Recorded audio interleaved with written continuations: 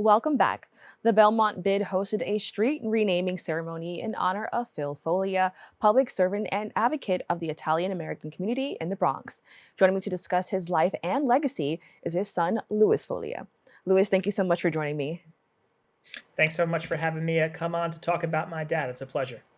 Can you tell me about the life of your father? Yeah, so my father grew up on the block that is now named after him, and uh, many of the friends that he had on that block when he was 5, 6, 7 years old were at the ceremony, which was so special to us because that neighborhood, the Belmont section of the Bronx, was really the place where he developed the values that would inform really a life of public service. My father was put himself through night law school while he was working for the local community board in Belmont, and then would go on to work in the Bronx District Attorney's Office, the Queens District Attorney's Office. He worked for the New York Attorney General's office and later in private practice, and then went back into government service towards the tail end of his career when he worked for the New York Inspector General's office. And while he was working for the government, he had a particular focus on public corruption, of taking on powerful figures uh, who were, working towards their own ends and not for the borough and the state that he loved so much. So the one through line in his legal career was really accountability and making sure those who were entrusted with power were held responsible. Now, how did he use his success in that career to help the community of Italian Americans in the Bronx? So my dad's entire life, he was a fierce advocate for the Italian American community, and that manifested itself in a lot of different ways. I mean, there's sort of just the roll up your sleeves and be there and help aspect of it, where he was just a member of a lot of charities. He was in the street helping things get done. But then, as a lawyer, it's invaluable to have a legal mind on the board of a charity. He was he's one of the founding members of the Italian American Legal Defense Fund, which was an organization that provided counsel to Italian Americans that needed legal help. He was the founding member of the Italian American Museum, which is set to reopen its latest iteration later this year, and we're really excited about it. He was the president of the Columbus Alliance at one point, which was a group of Italian Americans in the Bronx who worked to advance Italian American causes. And then finally, towards the end of his life, his sort of last act of public service was advocating for Mother Cabrini, who had a statue erected for her in Battery Park. And Mother Cabrini is a particularly important figure now. She's an Italian American, which was just special to my dad, but she was also someone who dedicated her life to helping immigrants. And so, the commitment not only to the legal aspect of it was important. His commitment to Italian American organizations was really important, and he got a lot of work done that way. But just sort of on the ground level, he always had his door open to folks in the community who needed to speak to a lawyer, but were maybe afraid of that. It's difficult sometimes when you have a legal problem. You don't know how to contact a lawyer. You don't know what to do. And throughout my entire life, our sort of kitchen table was this place where neighbors and community members always showed up and asked questions. And I was amazed, even as a young person, sort of noting how patient my dad was with them, how empathetic. No money ever exchanged hands. He was just that sort of community-minded guy who, if you had some connection to him, even if it was tangential, he was willing to share his expertise with you. Now, you kind of briefly talked about all of the work he'd done. Can you talk a little bit more about the Italian American Museum? I think that's pretty amazing that he had like such a huge part, a part of that museum.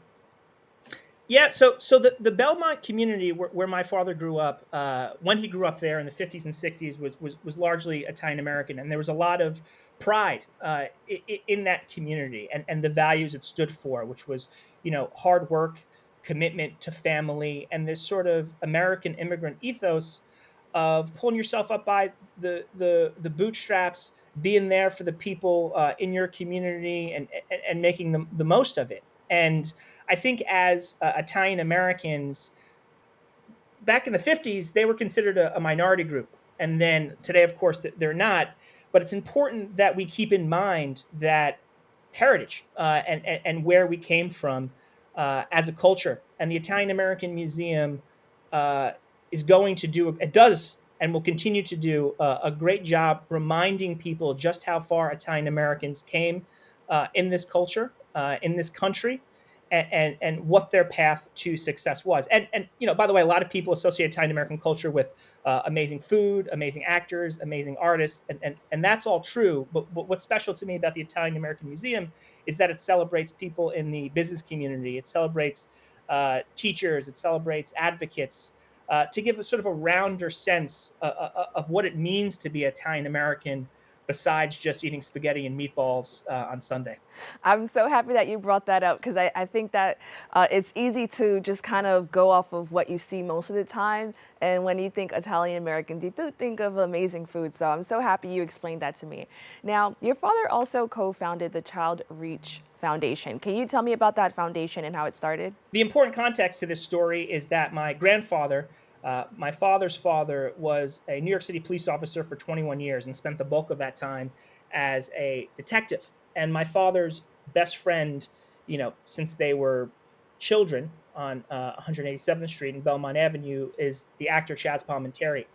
And so when Chaz and my father had enough success in their lives where they started thinking about how to give back, they created this organization called the Child Reach Foundation. And it sort of it morphed over time, but it settled on becoming a charity that helps police families that have children with special needs. And it also helps families of fallen police officers.